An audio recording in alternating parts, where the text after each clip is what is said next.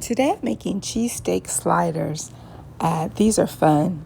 They're very simple sliders to make. We're going to begin with about 1.5 pounds of ground beef. I've put a little seasoned salt in them because the beefy onion Lipton mix doesn't always have enough salt content. So I used both of those while I was preparing the ground beef. We're just going to use ground beef instead of the sliced beef for these sliders. It makes it a little quicker and a little easier to do. Next, I'm cutting up 1/2 cup of green bell peppers. I'm doing 1/4 cup to 1/2 cup of sliced white onions. And I have quite a few sliced mushrooms here, but it's only about 2/3 of a cup.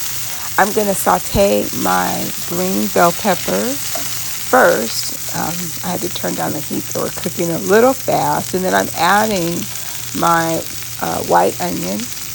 Okay, and I'm just going to saute that. Vegetables are softened. And I'm going to set that aside. I cleaned out my pan after I've sauteed the vegetables and added just a pat of butter to the pan and then sauteed the mushrooms. And that works because it cooking them together wouldn't be the best thing. I think you can get a little bit more flavor from the mushrooms by adding just that little bit of butter. It gives it a little bit more richer taste. And so we're going to add, the mushrooms back to the sauteed bell pepper and onions and set those aside while I go ahead and prepare the King Hawaiian rolls. I also have baby Swiss cheese that I'm going to be using. But now these rolls come in a package of about 12. So we're going to make 12 sliders. And what we're going to do is we're going to slice the roll in half. So the whole thing, I usually just cut it on its side and slice it all the way through. So there are two halves to the sandwich. And then I'm going to go ahead and use my drained hamburger.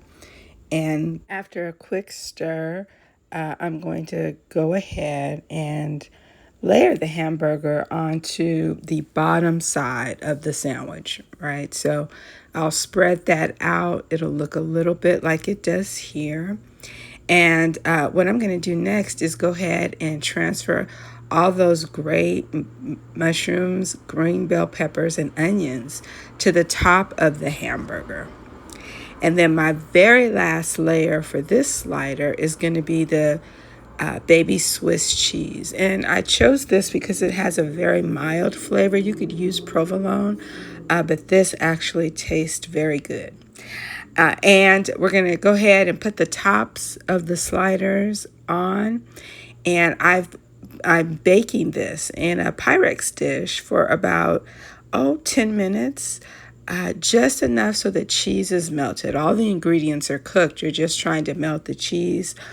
When it's done, I have to go in and slice them up for sliders, and I serve them. They were a hit. My husband really liked them. You can serve them with your favorite condiments, and this is a quick, easy summer meal, and that's cheesesteak sliders.